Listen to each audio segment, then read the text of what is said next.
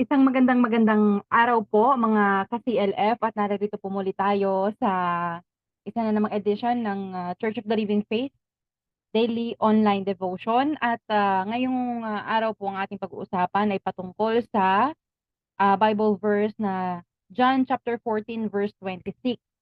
At bago po tayo magpatuloy, tayo po muna ay manalangin. Ang dakila naming Diyos, kami po ay buong pusong nagpapasalamat sa inyo, Panginoon, sa isang pagkakataon, Lord, na kami po ay makapagnilay-nilay mo rin ng iyong mga salita. Ama, patuloy kami lumalapit sa inyo at humingi po kami ng kahabagan, Panginoon. Humingi kami ng tawad, Panginoong Diyos, sa mga kasalanang aming nagawa at tinili namin, Panginoon, na kami po ibigyan ninyo ng karunungan, Panginoon, upang aming lubusang maunawaan, Panginoon, ang iyong mga salita. Itago niyo po ako sa likuran ng inyong krus. Ikaw po ang marinig, ikaw po ang maihayag, banal na Espiritu ng Diyos. Salamat po, Ama, at may your name be glorified, Lord. This is all we're praying in Jesus' name. Amen. So, magandang araw pong muli mga ka-Church of the Living Faith. At ako pong muli si Aiza. At ngayong hapon po, ngayong gabi, ay amin pong ihahandog sa inyo ang patungkol po sa Bible verse na John chapter 14 verse 26. At bago po ako mag-umpisa, I would like to encourage you to please do like and share our videos on our Facebook page, Church of the Living Faith. At upang patuloy po kayo makatanggap ng mga videos at mga karunungan na mula po sa Bible. So, ngayong araw po, ang gaya na sinasabi ko kanina, ang ating pong pag-uusapan ay about sa John chapter 14 verse 26. At sabi nga ho dito mula sa Amplified Version ng Bible, sabi po dito, but seek the helper, close and open parentheses, comforter, advocate, intercessor, counselor, strengthener, standby. The Holy Spirit, whom the Father will send in my name. Ito po ay ang sinasabi po ng ating Panginoong Jesus. So, in my place, to represent me, to represent Jesus, and act on my behalf, sabi ng Panginoong Jesus. He will teach you all things, and He will help you remember everything that I have told you. So, napakaganda po na pagnilay-nilayan natin ang Bible verse na ito. At habang kanina nga po, hinahanda ko nga po itong Bible verse na ito, muling na-refresh sa akin ang role ng Holy Spirit sa ating buhay as a Christian. So, the Bible teaches us that the Father is God, that Jesus is God, and that the Holy Spirit is God. So, ang tinutukoy po dito is about the word Trinity. So, the Bible also teaches us that there is only one God. Though we can understand some facts about the relationship of the different persons of the Trinity to one another, ultimately, it is incomprehensible to the human mind. However, this does not mean that the Trinity is not true or that it is not based on the teachings of the Bible. So, the Trinity is one God existing in three persons. So, babalikan lang po muna natin kung ano po ba ang Trinity before we proceed with the role of the Holy Spirit as the helper, gaya po ng nasabi doon sa ating Bible verse na John chapter 14 verse 26. So, sa Biblia po, nakafocus ang pagtuturo about sa Diyos sa Trinity. So, sinasabi nga po, the Trinity, God the Father, God the Son, and God the Holy Spirit is one God existing in three persons. So understand that this is not in any way suggesting three gods. So keep in mind when studying this subject that the word Trinity, yung salita pong Trinity, is not found in the scripture. This is a term that is used to attempt to describe the triune God. So ito po yung description tungkol sa triune God. Three coexistent. So, co-eternal persons who are God.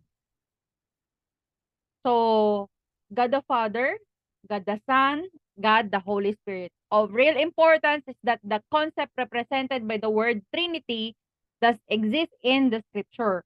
So, tayo po'y magpapatuloy. So the following is what God's word says about the Trinity. Ano ba yung sinasabi ng Biblia tungkol sa Trinity?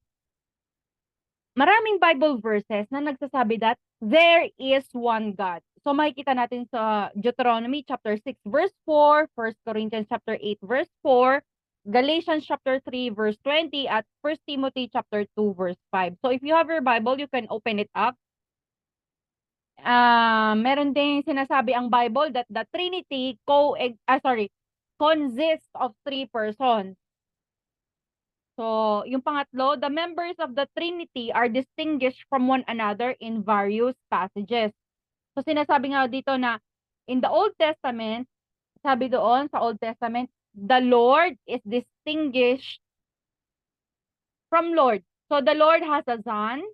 The Spirit is distinguished from the Lord and from God. So, God, the Son, is distinguished from God the Father. Though, pare-pareho silang God, they are distinguished from one another. So, God the Father, yung pinakatatay. In the New Testament, Jesus speaks to the Father about sending a helper. So, ito nga po yung nasa Bible verse natin ngayon, no, na sinasabi that Jesus, yung umbaga pinapakilala ng ating Panginoong Jesus na ang Diyos Ama ay magpapadala ng Holy Spirit who will be our helper. So this shows that Jesus did not consider himself to be the Father or the Holy Spirit. Kumbaga, iba ang role ni Jesus, iba ang role ni God the Father, iba ang role ni Holy Spirit, pero they are coexisting and they are all God. So consider also the instances when Jesus speaks to the Father. Was he speaking to himself? No. He spoke to another person in the Trinity, the Father. So, pang-apat, each member of the Trinity is God. So, bawat member ng Trinity ay Diyos. The Father is God, the Son is God, and the Holy Spirit is God. Ano pa po yung panglimang sinasabi ng Bible tungkol sa Trinity? There is subordination within the Trinity. Scripture shows that the Holy Spirit is subordinate to the Father and the Son. And the Son is subordinate to the Father. Again po, sabi dito, the Scripture shows that the Holy Spirit, nagpapasakop ang Holy Spirit, subordinate to the Father, nagpapasakop siya sa Ama, sa Anak, at ang Anak ay nagpapasakop din sa Ama. So this is an internal relationship that does not deny the deity of any person of the Trinity. So this is simply something our finite minds cannot understand concerning the infinite God. May mga bagay na hindi natin lubusang at kayang unawain ng ating utak, ng ating isipan, ngunit ang ating Diyos, ang tanging nakakaalam. So concerning the Son, concerning the Holy Spirit, may mga Bible verses po na nagpapatukoy at nagpapatibay na ang bawat isa, ang Father, Son, and the Holy Spirit, in the Trinity, there is what we call subordination. So, sa number 6, ano ba yung tinutukoy ulit ng Bible tungkol sa Trinity? The individual in the Trinity. So, the Father, ano po yung task ni God the Father? Is the ultimate source or cause of the universe. So, siya ang lumikha. He is the creator. Not only the creator, but he is also the source. No? Kumbaga sa cellphone, paglobat yung cellphone mo, saan ka kukuha ng source para mabuhay ulit or lumakas ulit yung cellphone mo at magamit mo ulit ito? Siyempre, meron siyang source. Kailangan mo siyang i-charge. Ganon din tayo. Everything in this universe, ang ating pinaka-source of energy, source of oxygen, source of food, source of source of income natin, galing lahat 'yon sa ating Heavenly Father. So next, the Son, next po, another role ng ating God the Father, he is the He is also the giver of divine revelation, yung mga kamangha-manghang bagay na at karunungan ay nagmumula rin sa Panginoon, yung mga dreams, mga visions, no? At yung mga rhema words, no, na naririnig natin kapag nakakarinig tayo ng word of God, nagkakaroon tayo ng realization, no, sa isip natin, no, may nagliliwanag sa puso at isip natin every time we hear the word of God. So next, God the Father is also the source of salvation. Si God the Father ang author of salvation. And Jesus is his agent, no? Pinadala niya si Jesus. So, ibig sabihin, si Jesus ba nanggaling sa heaven bago pa siya maging tao? Opo. Si Jesus came from heaven. He went down to earth para iligtas ang tao mula sa kasalanan. At kung maaalala po ninyo, di ba may mga movies, no? Mga superheroes, no? Kung i-compare natin si Jesus, Jesus is the greatest superhero of mankind. Bakit? Si Jesus kasi hindi siya yung fiction, but he is a reality. Hindi siya yung fairy tale story, but he is um, the agent, the true agent of God for our salvation. Siya yung alay ng Diyos. Siya yung tupa ng Diyos para tubusin tayo sa ating mga kasalanan. So next, Jesus, kumbaga si God the Father, ano yung ano niya, yung another task niya. So he is also the source na nung works ni Jesus, and the Father initiates all of these things. Naka-supervise si God, si God yung nagpaplano ng lahat. So the Son, si Jesus, is the agent through whom the Father does the following work. So, si Jesus, yung, nagtutupad.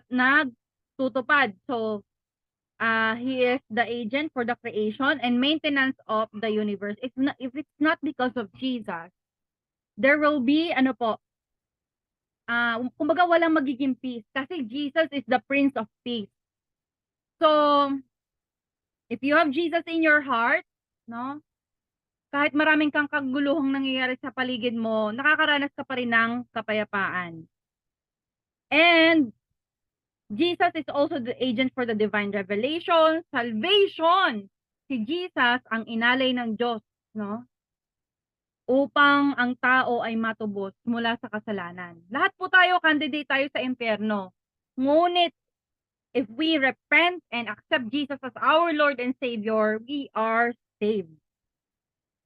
So, the Father does all these things to the Son who functions as His agent. Pangatlo, ano ba yung function ng sa Trinity? The Holy Spirit is the means by whom the Father does the following things or works.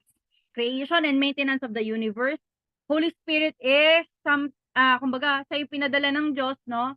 Para, kumbaga, kahit wala si Jesus dito sa mundo, mame-maintain yung kanyang kapangyarihan, no? Yung mga divine revelations. Kaya sa mga panahon po natin ngayon, since wala si Jesus dito sa mundo, nandun siya sa heaven, ang Holy Spirit ang pumalit sa kanya at ang naging guide ng bawat isa na naniniwala kay Jesus as Lord and Savior. So, He is the means for the divine revelation, salvation, at pinapatatag din ng seal ng Holy Spirit ang ating paniniwala sa ating Panginoong Jesus at yung mga ginawa ni Jesus sa cross. At yung mga himalang ginawa ng ating Panginoon. So the Father does all these things by the power of the Holy Spirit. So ano ba yung sinasabi dito? Doon sa Bible verse na binanggit natin kanina, yung John chapter 14 verse 26. Holy Spirit as the helper. Muli, balikan natin yung Bible verse na yon. But the helper, comforter, advocate, intercessor, counselor, strengthener, and standby. The Holy Spirit whom the Father will send in my name, in my place to represent me and act on my behalf. He will teach you all things. He will help you remember everything that I have told you. So, sa ating mga tao, kung inyo pong pagninilay-nilayan, may tendency po tayong makalimot. Ano po? May tendency tayong, kumbaga, mawala ka agad sa isip natin kung ano yung tinuturo sa atin. So now, simula nung umakyat si Jesus sa papunta sa heaven, ang Holy Spirit ang ano po, because of the presence of the Holy Spirit na pinagkaloob ng Diyos sa atin, siya yung nagpapaalala sa atin, siya yung nagre-remind sa atin.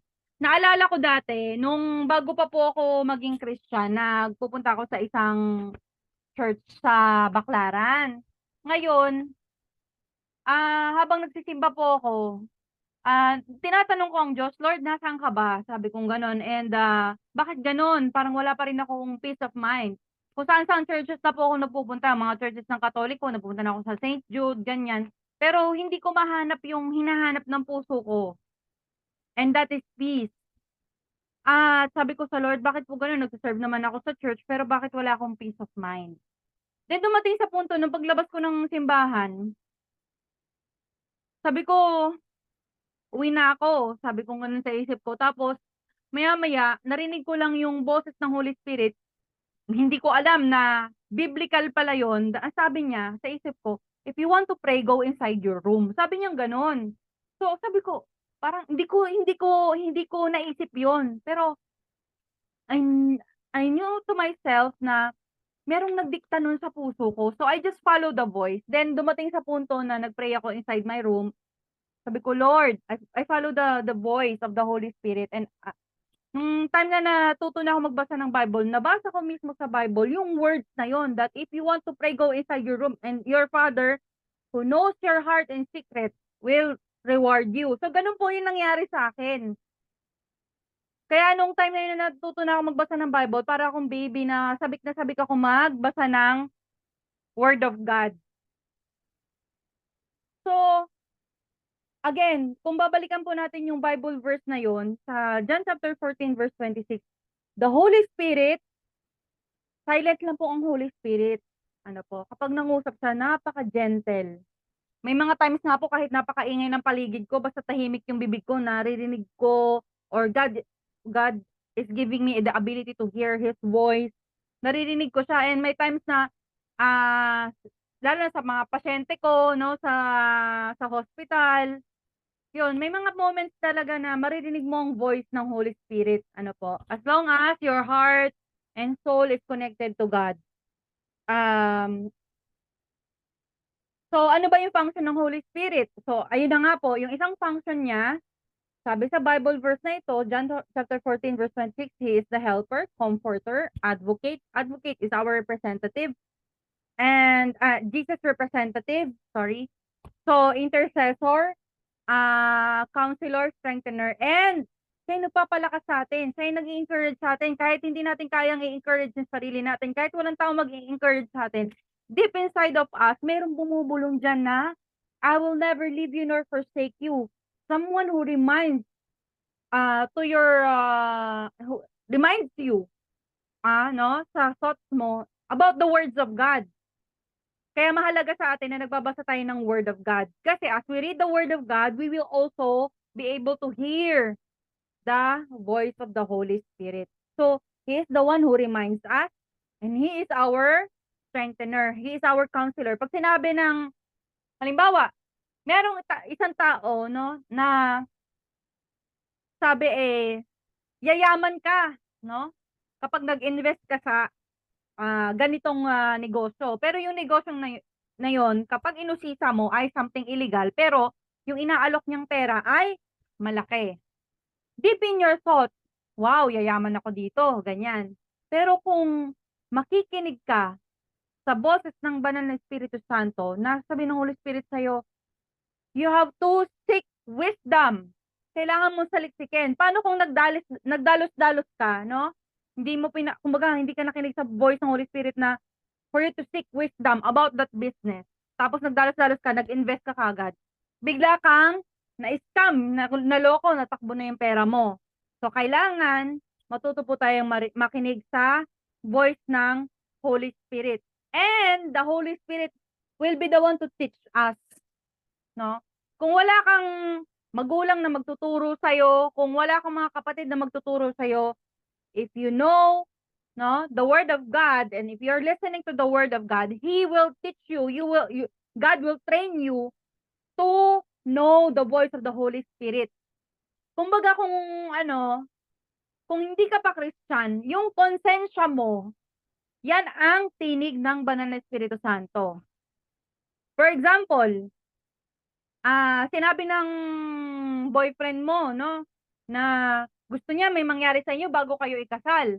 Pero ano ba sinasabi ng Bible verse? Dapat kasal muna bago ang magkaroon ng pagtatalik dahil yun ang tama sa salita ng Panginoon. At dapat manindigan tayo sa kung ano ang naayon sa salita ng Panginoon. And if we follow the Holy Spirit's leading, yun ay magbibigay sa atin ng kapayapaan sa ating buhay. So sabi dito, He will teach you. So sino ba nagpadala sa Holy Spirit? It is God the Father. Sabi dito ni Jesus, the Holy Spirit whom the Father will send in my name, in the name of Jesus, in my place, to represent Jesus and to act on the behalf of Jesus. So He will teach us all things and He will help you remember everything that I have told you. Tutulungan ka ng Banal na Espiritu Santo na maalala mo yung mga bagay na itinuro sa'yo. Halimbawa, backslider kang Christian, matagal ka nang hindi uma-attend sa church. Pero, no,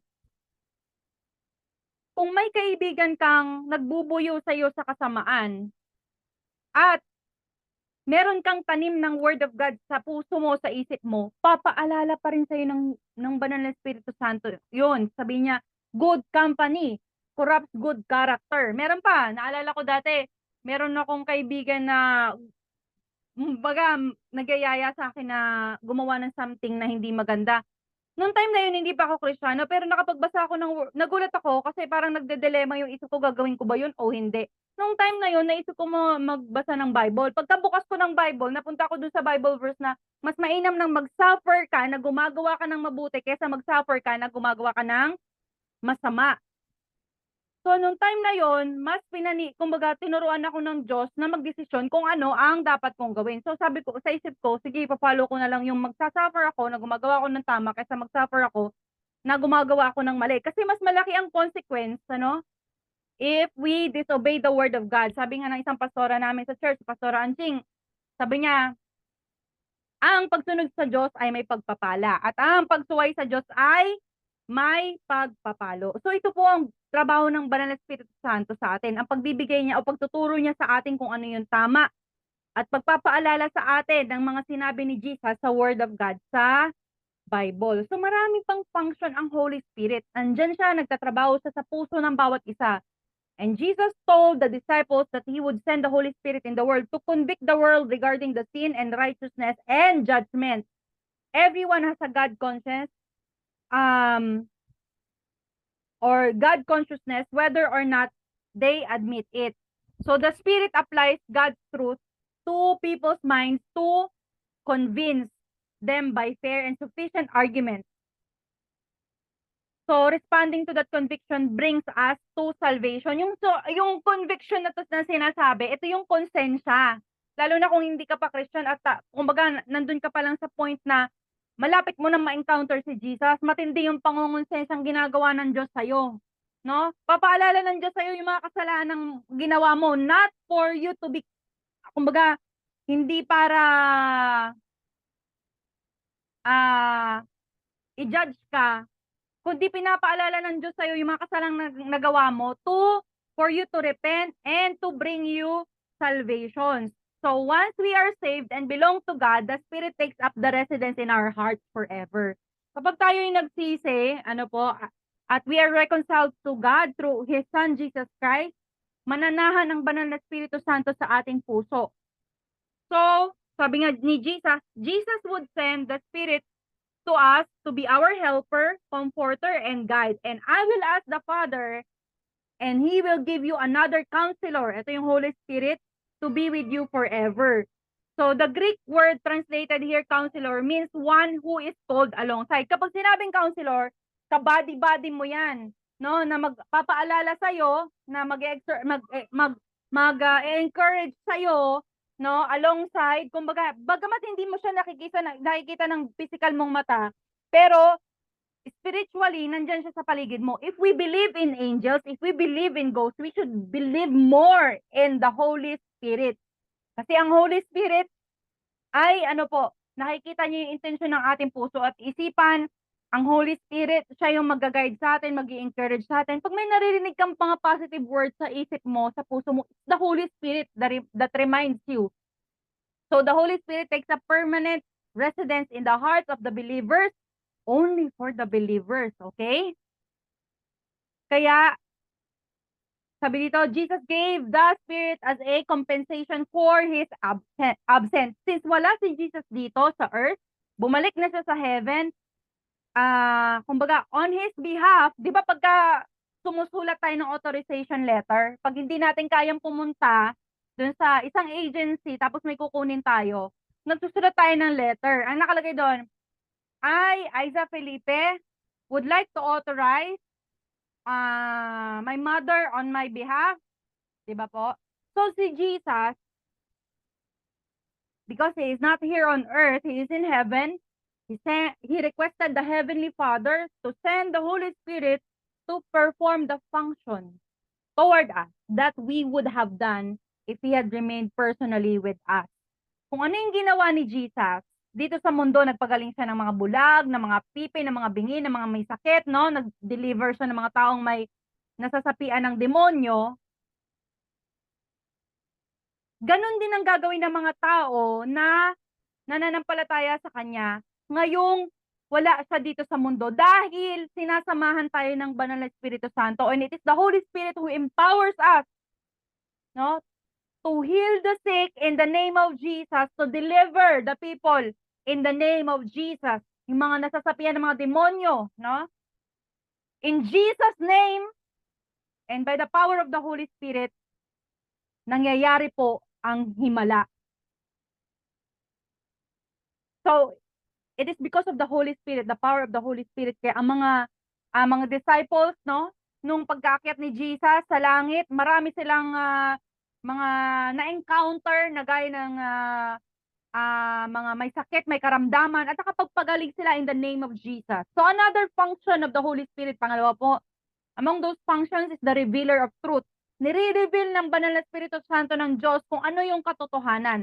Sabi nga ni Jesus sa mga disciples niya, when He, the Holy Spirit of truth comes, He will guide you into all truth.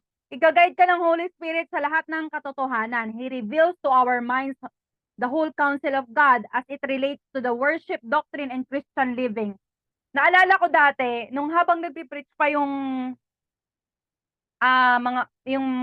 isang pastor sa isang event na napuntahan ko, para bang pag nagsasalita yung pastor, nasasapul ako yung sa mga kasalanang nagagawa ko o sa mga kahinaan ko. But it was not the pastor, no? It's the Holy Spirit who is speaking to me, no? To convict me of the sins that I have done upang magsisi ako. At nung time na yon na nagkakaroon ako ng, kumbaga, nire-reveal, ina-unveil na ng Holy Spirit sa akin yung totoo, iyak ako ng iyak. Kasi alam ko sa sarili ko, yun yung mga kasalanan, no, na itinatago ko, walang ibang tao nakakaalam. Pero, ang Holy Spirit, si God the Father, nakakakita nun. That's why, He is using the mouth of that person, no, to reveal to us the truth. So He reveals to our minds the whole counsel of God as it relates to worship, doctrine, and Christian living. He is the ultimate guide, yung Holy Spirit, going before and leading the way, removing obstructions, opening understandings, and making all things plain and clear. He leads in the way we should go in all spiritual things. So without such a guide, we would be apt to fall into error. Kung walang mag-guide sa atin, we would really fall into error. Naalala ko dati, sabi sa akin ng boss ko, ma-assign daw ako sa isang pasyente na kailangan kong magbigay ng gamot through the central line. So central line po kasi, diretso siya sa puso, no? Eh, hindi ako well-trained sa ganon. Nung una tinanggap ko, pero later on, parang sabi ko, hindi ako well-trained, sabi ko dun sa boss ko, sa ganong pagbibigay ng gamot sa Central Line. So sabi ko, sinabi ko yun sa boss ko, sabi niya, mag-ano daw sila, magre-rent daw ng, or magtatawag daw ng doctor yung family nung patient para daw i-guide ako. Pero nung time na yon, pinalo up ko ulit, hindi naman na natuloy. So sabi ko, nung time na yon, sabi ko, baka pag walang nag-guide sa akin, paano ibigay yung gamot na yon, baka mag-fail ako. Sabi ko ganun kasi it was new to me. Hindi po dahil sa hindi ko siya, kumbaga hindi ko alam paano ibigay yung gamot, but the training on how to, kumbaga, mix the medications, no? Kung kailangan ba, slow ba yung pag-push ng gamot sa katawan, sa vein, or mabilis lang yung pagbibigay ng drip. So, sabi ko, kung walang mag-guide sa akin that time, baka mapahamak yung pasyente. So, I just admitted to my boss na, sabi ko, pasensya na po kasi hindi ako well-trained sa pagbibigay ng medication na gano'n. So, kung walang mag-guide sa akin, I might have medication may error. Ganon din ang Holy Spirit. Ang Holy Spirit, kung hindi natin, kumbaga hindi natin iaalaw ang Holy Spirit ang manguna sa atin, we will do a lot of errors, no? So yun yung nakakatakot kapag hindi natin hinayaan ang Banal na Espiritu Santo na mag-guide sa atin. That's why it's really a crucial part of the truth. He reveals that Jesus is he who said he is. So the Spirit convinces us of Christ's deity and incarnation, his being the Messiah, his suffering and death, his resurrection and ascension, his exaltation at the right hand of God, and his role as the judge of all. He gives glory to Christ in all things. So another role of the Holy Spirit is the gift giver. No? May mga spiritual gifts na binibigay ang Holy Spirit sa atin, sa body of Christ, so that the body of Christ, no, may function on earth through this gift. So both great and small are given by the Holy Spirit so that we may be God's ambassadors to the whole world, showing forth His grace and glorifying Him. So, pang-apat po, Spirit is also the fruit producer. Ano ba yung fruit producer? Sabi sa Galatians chapter 5 verse 22-23. Ito yung fruit ng Holy Spirit. If you have the Holy Spirit with you, you have the love, the joy, the peace, the patience, kindness, goodness, faithfulness, gentleness, and self-control. These are not the works of the flesh. Ano ba yung mga works of the flesh? Pangangalunya, pagnanakaw, pagsisinungaling, yung mga kasalanang nagagawa natin. These are the works of the flesh. But if you have the Holy Spirit, no, to control your thoughts, you have the love, joy, peace, patience, kindness, goodness, faithfulness, gentleness, and self-control. The works of the flesh, which is incapable of producing such fruit, but they are products of the Spirit's presence in our lives. So kaya po mahalaga para sa ating mga Christians at even those who are still seeking where God is, we really need to listen more, seek more about God, seek God, no? Allow yourself to be taught by God kasi si God ang nakakakita kung ano ang mangyayari in the future, no? Sa mga decisions na pwede natin gawin. It's the Holy Spirit whom we can make our best friend. Kahit sa mga maliliit na desisyon ng buhay natin, let's ask the Holy Spirit, ano po ba yung magandang gawin ko sa desisyon na to? Nagugulumihanan po ako, naguguluhan po ako. Tutuloy po ba ako o hindi, Holy Spirit? Kailangan kasama natin ang Holy Spirit. Kung hindi ka makahanap ng tao para maging best friend mo, no? Make the Holy Spirit your best friend because He is the greatest counselor. He is sent by God to be our helper, our greatest confidant. So that's all po. To God be all the glory. So hanggang dito na lamang po. And let us now pray. So Heavenly Father, we just want to thank you for your words. I just pray, Lord, that you bless all the viewers, Panginoon, ng video na ito. At I rebuke any hindrances, Panginoon, na ginagawa ng kaaway, Panginoon, sa buhay ng mga makikinig at nakikinig, Panginoon, ng videos po nito. I pray na ma-enlighten po ang bawat isa and everyone will be delivered in the name of Jesus. Salamat po, Panginoon. Bless the Church of the Living Faith.